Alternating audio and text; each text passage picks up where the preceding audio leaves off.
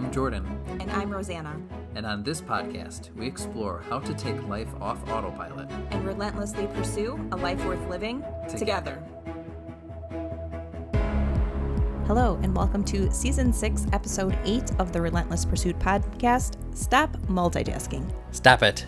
Just stop it. Cut it out right now. Actually, listening to a podcast and doing another task is okay. We'll get into why. All right. Yeah.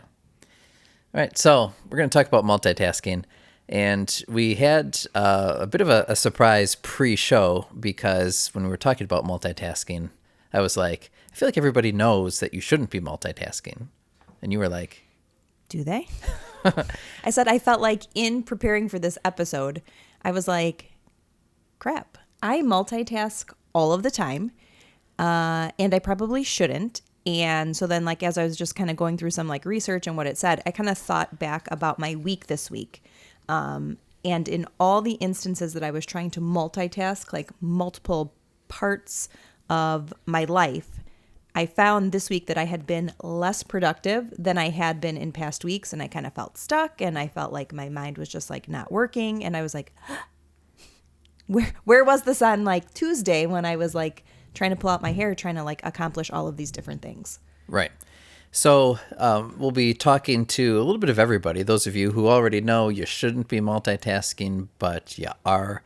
And maybe people who are just now realizing that multitasking is probably not something that we want to put onto our resumes. So what is multitasking? I know, I didn't even look at your notes. I know you have a definition. I don't like that you make fun of me because I No, I'm just saying, like, that's a great place. They say you should start with the definition. Start with the definition. So, multitasking is the performance of more than one task at a time. Could also be working on two or more tasks simultaneously, switching back and forth between tasks, or doing a number of tasks in rapid succession. So, I've heard of different kinds of multitasking, so you kind of listed them there, like switching back and forth between tasks or trying to do a whole bunch in rapid succession. It depends on the kind of tasks and how you're going about them. So I want to add a little bit more clarity because I heard a few terms that help to define some of those different ones. And I didn't tell you this, I have a quick activity I'm going to ask you to engage in. Okay, then. All right. So first of all, there is one kind of multitasking called backtasking, which is like you do something that can then run itself.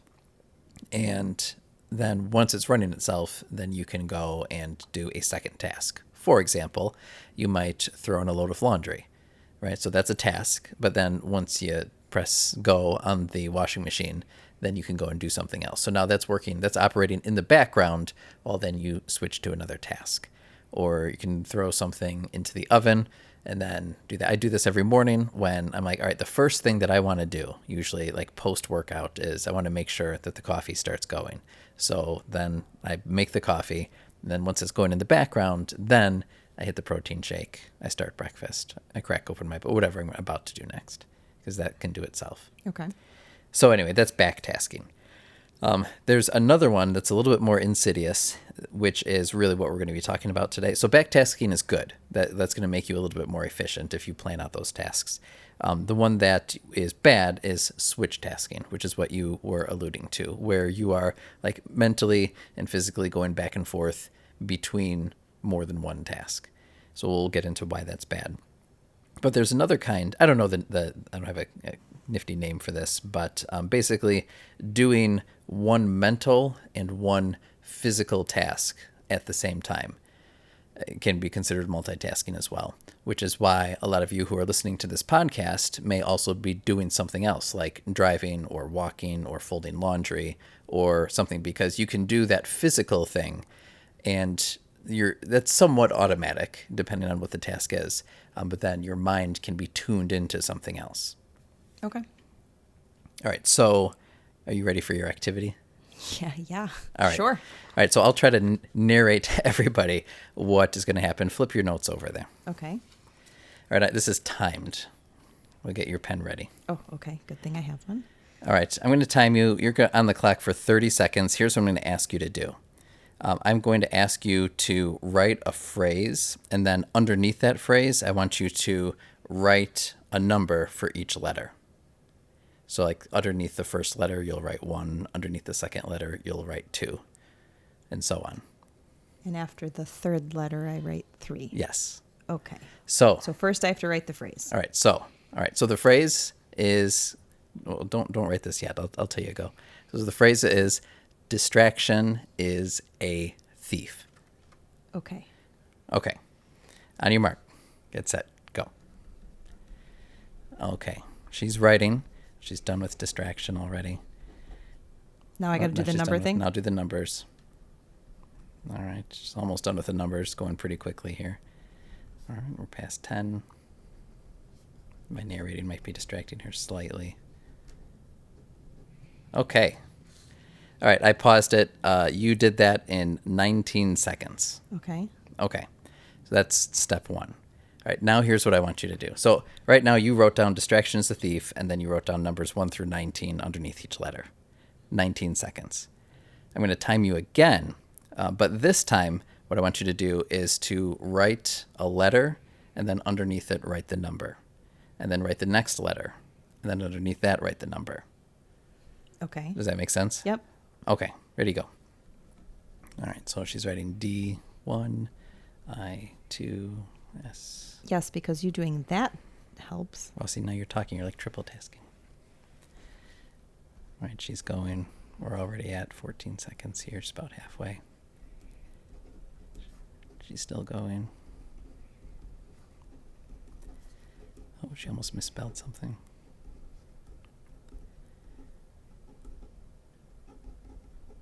And done. All right, that was, we'll say 30 seconds, 29.82 seconds. Okay. All right, so let's just check your spelling just in case here.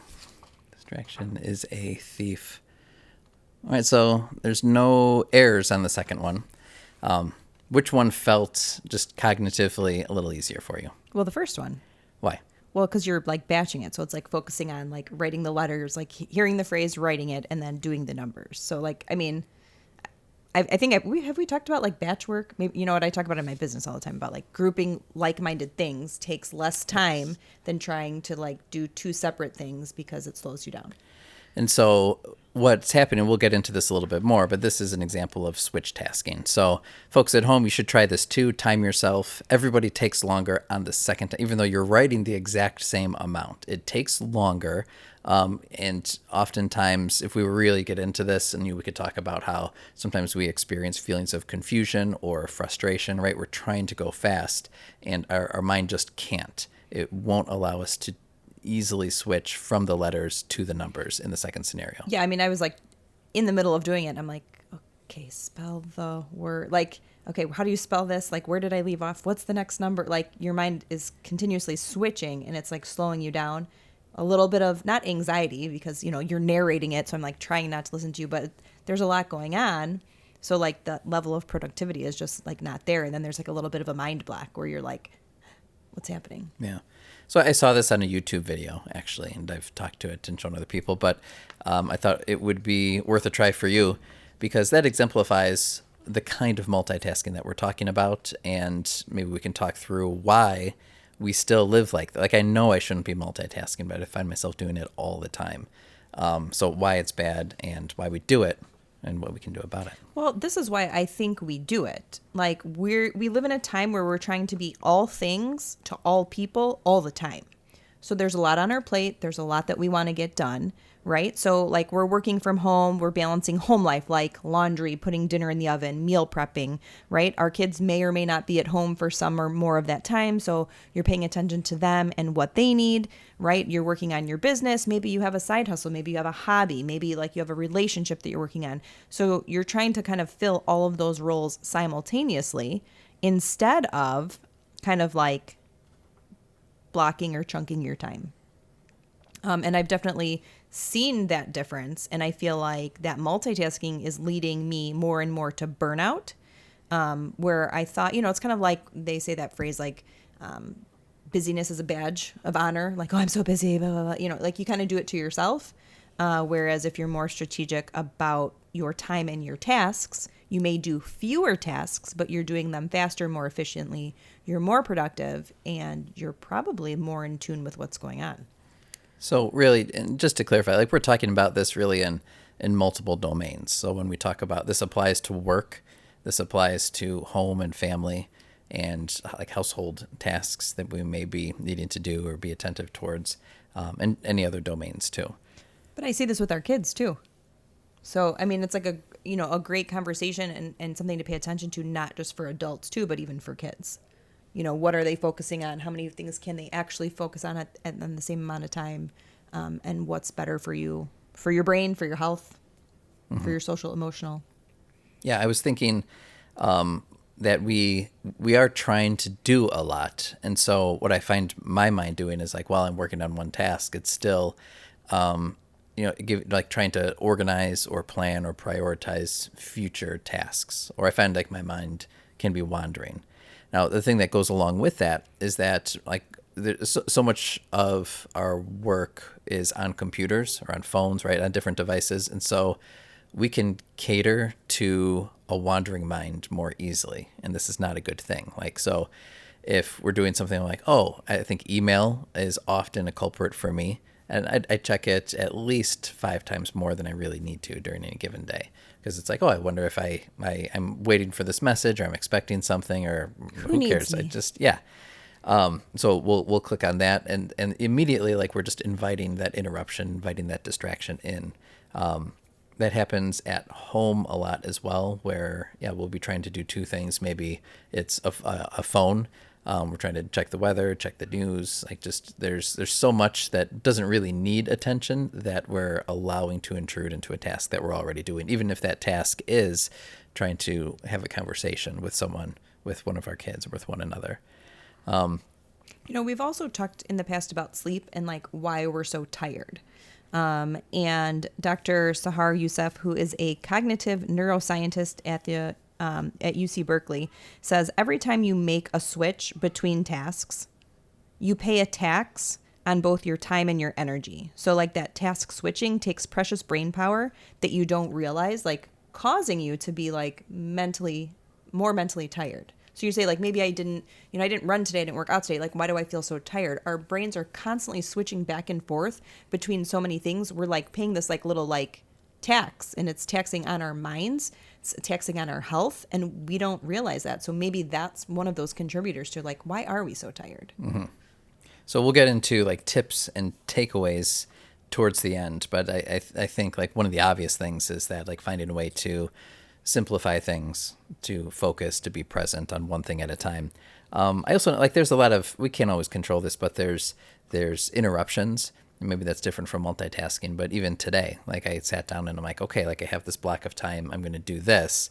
And then with 4 kids around, like there's a lot of like, hey, Dad, I need help with this, or I want that, or can you play with me? Or I noticed you're busy and Mom's not, but I'd like to ask you instead. Right. So then just trying to, like preparing notes for this episode, I'm like, I'm going to take like this uninterrupted, like 30-minute block to like think through this a little bit further. And I counted. I went on my phone 3 times, and I was interrupted 8 times by the kids.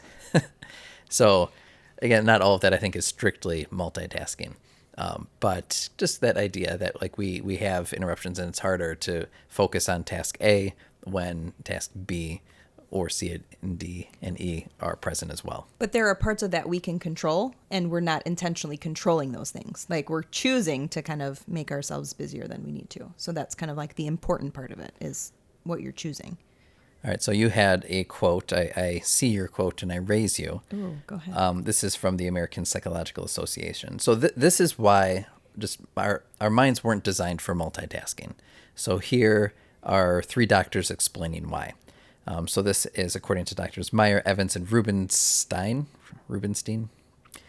They say converging evidence suggests that the human executive control processes have 2 distinct complementary stages.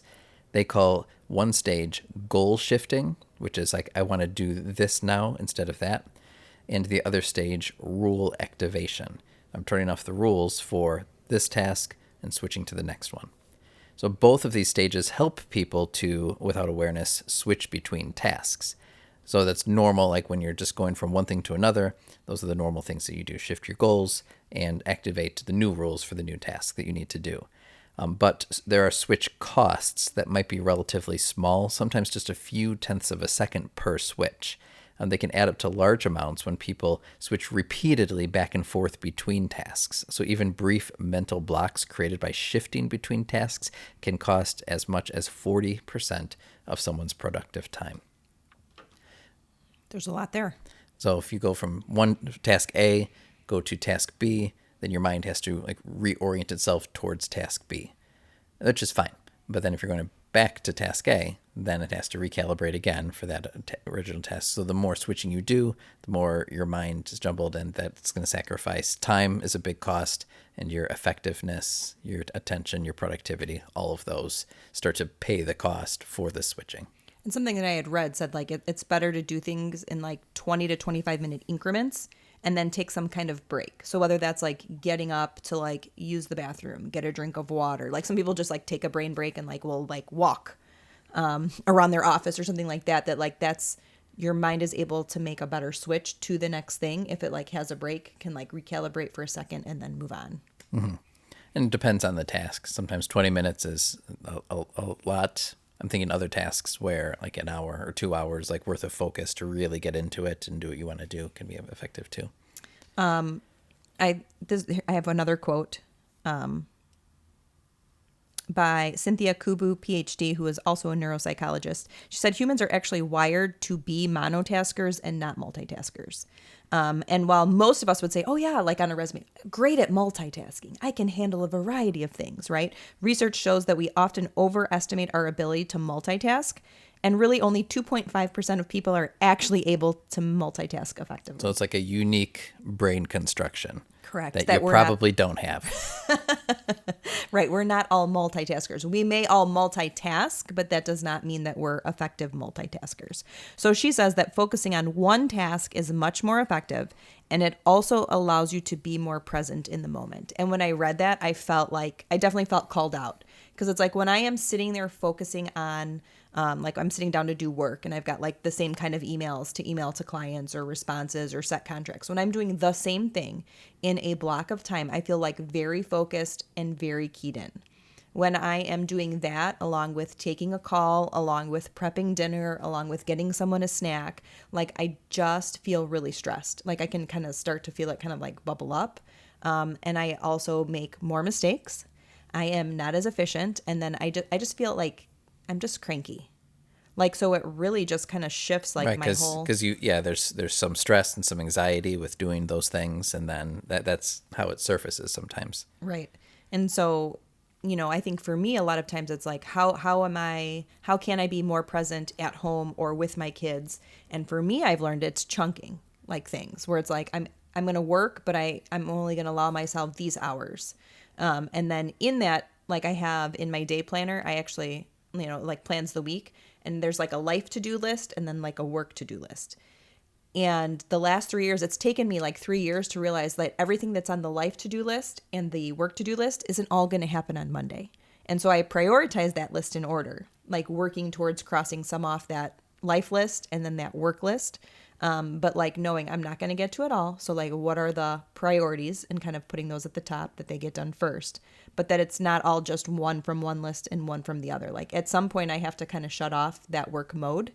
And then like tend to some of the priorities on that like home list, like, getting groceries or like meal prepping or something like that. And I feel much better when it's more focused. Like I shut one thing off, then I kind of switch modes and I turn something else on. And even though I don't want to stand there and like do laundry and meal prep and like for 4 hours, sometimes it's much more effective to do it that way than it is to go back and forth. Then I feel like I'm not getting anything done. Mm-hmm. So that's just what I've seen when I think back to like days where I've monotasked. Yeah. It works out much better for me. And even just kind of like my overall attitude and how I'm feeling. Yeah. So I think that we understand, like, even if we haven't like heard this research before necessarily, like there's something intuitive that says like, I probably do better when I focus on one task at a time, or I feel better, or I feel more present when I'm doing that. So we already asked the question, why aren't we doing this? But I feel like that's still present in my life. Like, I know this already. So why aren't we doing this even though we know life is just better when we monotask? I don't know. Do we have people? I feel like for the things that I want to accomplish in my life, I usually have someone who is holding me accountable to that. So like, right, you're in charge of your like own schedule and like what you're trying to accomplish. But like, do you have anyone in your life that's like, hey, like turn it down a notch? You're like trying to do too much too fast. Well, I feel like, Like, do you have someone that does well, that for you? yeah, but I mean, what we're talking about is almost like the daily decisions that we're making, like to do the tasks that we feel like are on our plate. So do you kind of need someone with you all the time? Well, you don't need a babysitter, but I think so. My mom does this for me sometimes when she's like, "What are you doing today?" And I like list everything I've already done before like 10 a.m. And she's like, "Okay, you maybe just did more than in 2 weeks than someone did in 2 hours. Like, why don't you take something off your plate, or like why don't you like pull back a little bit?" So I mean that's always good, and I don't think it doesn't mean that you can't be goal oriented or that you can't accomplish a lot. I think you just have to like know what the right amount is to avoid burnout. And to make sure that you're not making errors because you're doing too many things. Like there's a cost there. Mm-hmm. So if it's not just like an outcome cost with like your work or like errors in your work or productivity, like how are you feeling? Are you present? Are you showing up as the person that you say you want to be? So like those are hard questions to ask yourself. All right. So I have more questions for you. Okay. This is going off of what you're just saying. Should we limit our goals? I don't like think on a given day, right? We want to do a whole bunch, some personal, some professional, some whatever. So do we just trim the list? Like, do we say like, you know what? Like maybe I'm trying to do more than I need to in my day, in my life. I think for some of us it could be. There are only so many hours in a day, and sometimes a couple things have to give, right? Like for me, working out is a priority, and like I was going, however many days a week, and like then notice like being like, the goal should be 4 days. If I can get 4 days in, like I should feel good about it and not be upset that I can't go 6 or 7. And just knowing that that's okay. And so sometimes we kind of have to change the narrative of like how many times is enough or what is good enough, or, if you want to go 7, go 7. But if you need to sleep in, sleep in. I just wonder that because I feel like, all right, I'm going to make a to-do list in the morning. And pretty easily, within 15 or 20 seconds, the list is already longer than what I can do. I'm like, but I want to see all of these things done. I want to give them all attention. Maybe we live in a time where we have unreasonable expectations for how much we can accomplish in a 24-hour period. Maybe. But I feel like that's what this podcast explores too, right? How we can have it all. We can have it all, just not all in the same 24 hours. So there's some balance and discussion to that, I guess. There's natural ebb and flow. Right. And we can do it all, or we can do a lot, but maybe a more efficient approach I just feel like our minds gravitate towards multitasking because we have like multiple things that we're interested in seeing through for one reason or another, even though like we almost have to train ourselves not to do that. It's like eating cookies. We want to eat cookies. Our taste buds gravitate towards the cookies. I love chocolate chip cookies. But you don't eat them every day. But you have to have a piece of your mind that says, no. Like, remember, you got to tone that back. Don't give in. So I feel like multitasking is one of those bad habit temptations. And I mean, when we talked to the Regulas back, 2 seasons ago, that they were talking about like looking at your week, looking at your month, right? Like you got to have to look at it as a big picture. Like sometimes we get so narrow focused in like the day or the week, but like what does it look like over a longer course of time? And how can you kind of program your life in such a way that there is room for everything? All right, I have a big question for you. You got a lot of questions for me. You're making me write stuff down. All right, so this is my last question. I saved the best one for last. All right, so what about like life multitasking? So we're talking about like daily tasks, objectives for maintaining yourself and household and your profession and whatever. But what about life overall? Like, is it better to just focus on like one particular domain in your life? I don't think you can do that. Right? I mean, what? I mean, is life better viewed from a single window, after all? Right. I mean, think about people who have devoted themselves to like just one thing. I mean, they become really extraordinary at that one thing. I mean, Are we just multitasking our way through life? Like, we think of our roles. I'm a wife. I'm a mother. I'm an entrepreneur. I'm a friend. I'm a sister. Right. We have all those roles. So, I mean, we have to have multiple roles, but are we trying to do too much with every domain of our life? well, I think the answer, God, I mean, that's a loaded question, but I think the answer is yes. I mean, earlier in the episode, I said we live in a time where we're trying to be all things to all people. We have all of the things on our plate. That's why our list is long. That is why we are multitasking. But in some ways, like, we don't all have the luxury to only do X or only do X and Y. So I don't know what the answer is to solving that, but like, right, I can't just be your wife and an entrepreneur, right? I would be neglecting like my children, my household. Like, so like I mean, I guess I could choose, right? I could have live-in care. I could, right? Like, you could focus on one thing and be really good at that one thing, but I don't know what I mean, the it's just trade-off a is. question, yeah. Well, Right. I mean, it sounds like we're like, okay, multitasking is bad, but when we frame our life in that way, then, well, okay, that's not really bad. So I don't know where I was really going with that question, except to think like, are we? I just wanted to if put we're you on the better spot and if make we're you better swim. at focusing on one thing at a time, then what about like how long do we extend that one thing?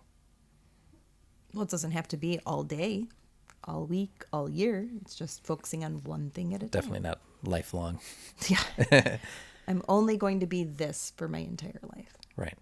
So I guess here's where I am going with that is the idea of simplifying, of becoming more content with a mind that doesn't bounce between unrelated subjects as often. And sometimes those unrelated subjects we're just imposing on ourselves. I want to be interested in this, and this. And now none of those are really getting their due attention. Or as soon as I'm doing one, my mind is elsewhere. Yeah, I don't even know what to say to that. Okay. Tips and takeaways. Tips and takeaways. So how can we be more productive without suffering? Rule number 1 that I wrote down is keep our devices away. Always back to the devices. Always back. And I think if we're being fair, like a lot of our distractions come from just having a phone handy. And then a lot of times we have notifications set that will interrupt whatever we're actually focusing on. But for me, I don't have a lot of notifications because I don't want them, but I still gravitate towards the phone to answer any little question that I have, or just I don't know, delude myself into a quick brain break that suddenly becomes like a lot of switch tasking. Okay. One of my takeaways was limit the number of things you juggle. So whatever your goals are or tasks, set that goal, identify your plan to achieve it, and disregard the irrelevant distractions, right? Like I've got 2 hours this morning. This is what I want to get done. This is the order of the way I'm going to do it. And I'm going to avoid the distractions. I have the same thing. I said, put yourself into a position to do only one thing. So that might involve like going to a certain part of the house or leaving the house, or if it's at your job, depends on maybe where you work and what you do, but like what are ways that you can just eliminate the opportunity for interruption? Yeah, I mean, I had the same thing. Limit distraction, turn off your notifications, step away from your devices, close the door. Don't check your email. Like, what are the things that it's kind of like that buffering. It's like when we don't want to do what we have to do, we start to fill the time with pretty much anything just so that we don't have to get it done.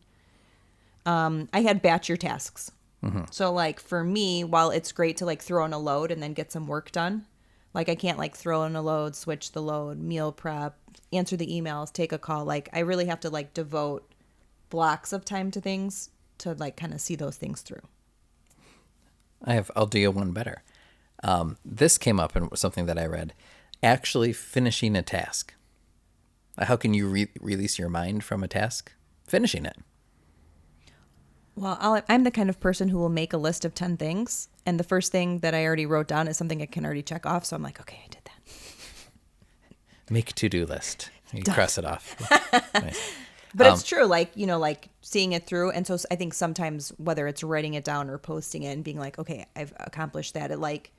It's like your mind recognizing I have done that and now I can move on from it. So another thing to actually help with that I saw too is deadlines. And we, unless there's like a specific work deadline that, things need to be done by a certain time, there's not often a lot of deadlines for things, or maybe like paying bills or signing up for something that you want to do. But if you impose a deadline, we tend to respect deadlines, and then all of a sudden, like right before the deadline comes up, we have the time. Well, it's because mentally, like, we make the time, and we naturally do the things to block out distractions and interruptions so that we can finish the task. So making and adhering to deadlines will help.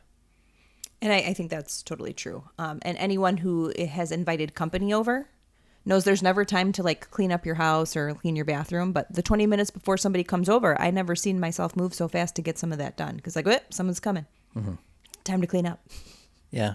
A quick aside, it always made more sense to me to clean up after people leave, right? Isn't that when your house is messy? Never mind. The last one on my list is mindfulness. Hey, that's the last one on my list. Well, it's the one I do the least, so I brought it up. But it trains your mind to focus, and I know it's something I should be doing more, but it is apparently helpful. Okay. What do you mean by mindfulness, though? I mean, like taking time for some degree of meditation. There's different kinds of mindfulness. So sometimes you're looking at your, like just paying attention to senses, paying attention to your surroundings, concentrating on one particular thought. Okay. Well, like, some people are like, well, what does that mean? Or how do you do that? Yeah. Yeah. And I mean, I wrote that down and then I said like, pay attention to your feelings, kind of like even just like utilizing breathing exercises to like kind of clear your mind so that you can focus. And even like positive self-talk, like, oh, like I really have to do these contracts. It's hard. You can do this. Like, let's, kind of talk yourself into getting it done, doing it efficiently, and then checking it off the list. Mm-hmm.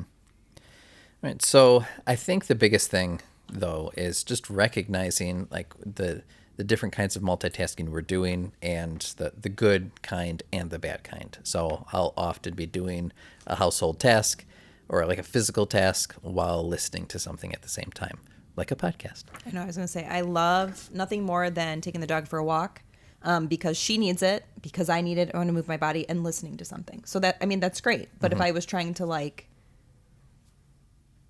I don't know, write a contract while walking the dog, like that doesn't work. Yeah. I can't do a mental task and listen to music in the background. A lot of people do. Like they turn on music while they're studying or doing some kind of work. I can't do that, especially music with lyrics, because then I feel like then my mind is trying to pay attention to the song and to what I'm working on.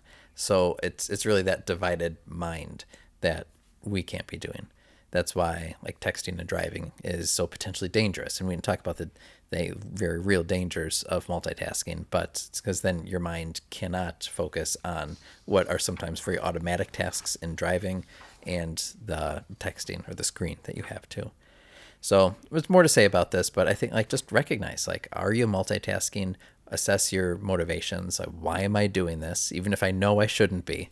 And then making a more positive adjustment, because you'll probably thank yourself in the end anyway. Well, and I think it's more of like even being so mindful, like how am I feeling when I'm multitasking like this? Am I actually being more productive? Am I seeing like more feelings of stress?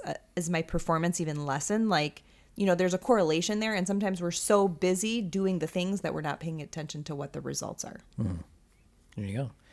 Well, thank you for joining us again this week, everyone. And as always, leave your 5-star review and your 5-star rating and your review on iTunes.